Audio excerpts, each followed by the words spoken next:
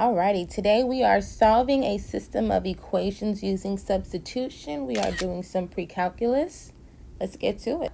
Our first step is to isolate our variable, and here we have a variable already isolated. We have the fact that x is equal to -8, so I'm going to use that fact and substitute it in my other equation. Okay, so I'm going to plug that result into the equation we have above.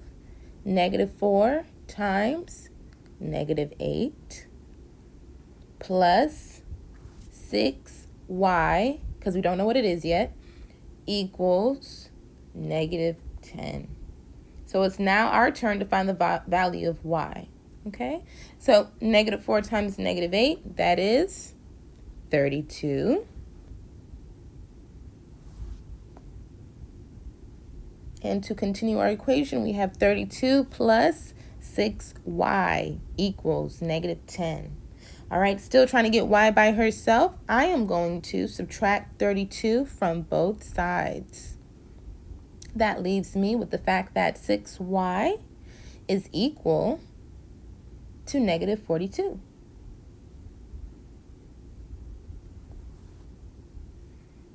And to undo our operation, we have to divide by 6, and what we do on one side, we do to the other. So that allows us to know that y is equal to -7. All right, so this tells us that x was equal to -8, and we found out that y is equal to -7. And our coordinate points are normally in XY format.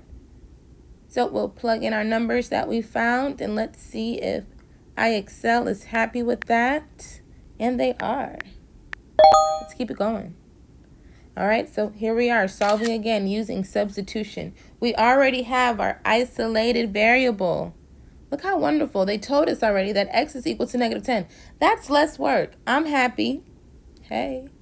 Okay, but I have to use that and plug it into my other equation to solve for our next variable.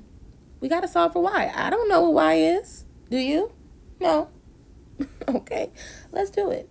All right, so I need to just replace our equation, respecting the fact that we have a -x. So we have a -10 plus 5y is equal to -5. All right.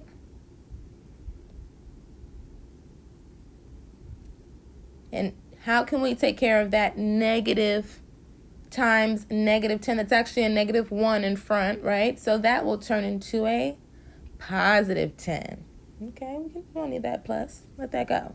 So we have a +10 plus 5y is equal to -5. Still trying to get y by herself. So I am going to subtract 10 from both sides. Okay.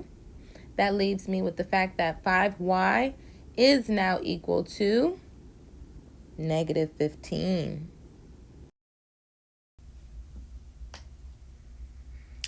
All right, getting y by herself. Now I need to divide by 5, both sides. So y will be equal to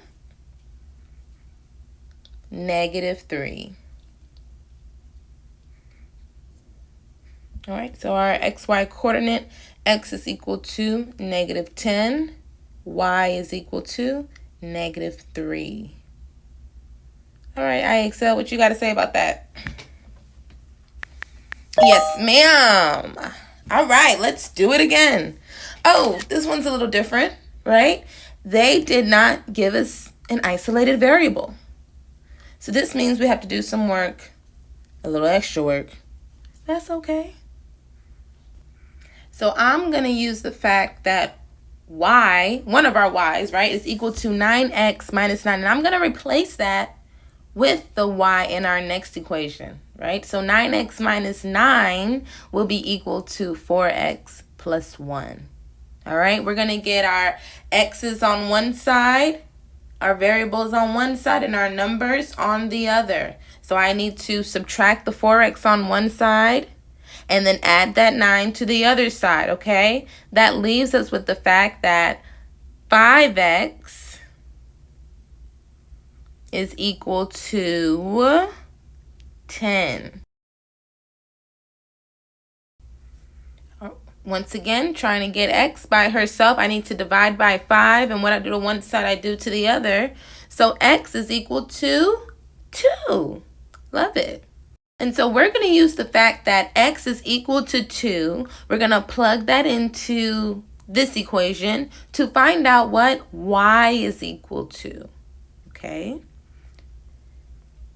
So just rewriting that equation.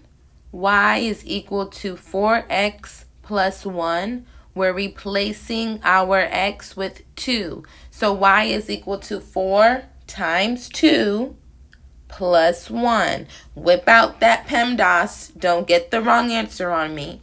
8 plus 1, y is equal to 9. If you don't believe me, let's plug it into the next equation, because it better be true. A system of equations proves the fact that 2 9 should work for both equations. So y is equal to 9x minus 9. I'm just rewriting the equation. And now I'm going to replace the fact that x is equal to 2. So we have 9 times 2 minus 9. Use your PEMDAS, people. Y is equal to 18 minus 9. And y again is equal to 9. What a coincidence! Voila, magic. Voila, magic. Exactly. Y should be equal to 9, and y better be equal to 9, because if it wasn't, I would have had a problem. I don't know about IXL, but I would have had a problem. Thank you. Well done. Have a good one.